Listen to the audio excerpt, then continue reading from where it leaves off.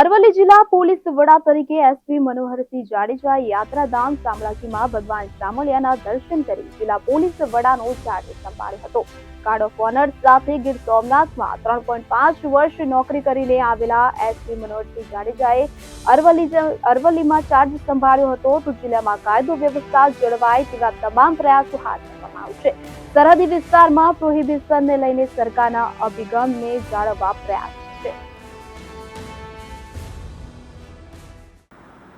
ગીર સોમનાથ જિલ્લાના 3.5 વર્ષ પૂરા કરી અને આજે અમે અરવલ્લી જિલ્લા ખાતે ચાર્જ સંભાળ્યો છે પોલીસ અધિક્ષક તરીકે. ભગવાન શામળાજીના દર્શન કરી અને અમે સીધા આવ્યા છીએ. જિલ્લાનો રિવ્યૂ લઈશું, ક્રાઇમ કંટ્રોલ,